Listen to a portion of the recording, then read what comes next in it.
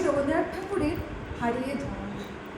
ছোট্ট আমার মেয়ে সঙ্গিনীদের ডাক শুনতে পেয়ে সিঁড়ি দিয়ে নিচের তলায় যাচ্ছিল সে।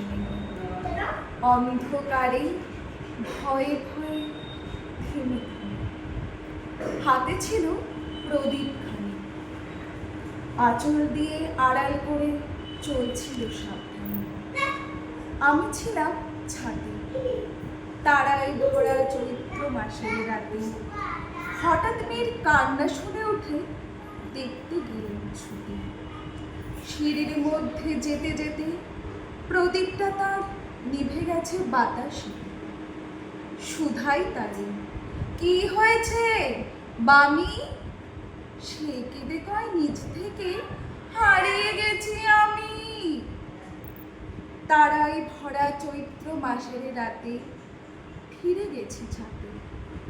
মনে হলো আকাশ পানে চেয়ে আমার বামির মতোই অমনি কে এক মেয়ে নীলাম্বরীর আঁচল খানি ঘিরে দীপশিখাটি বাঁচিয়ে একা চলছে ধীরে ধীরে।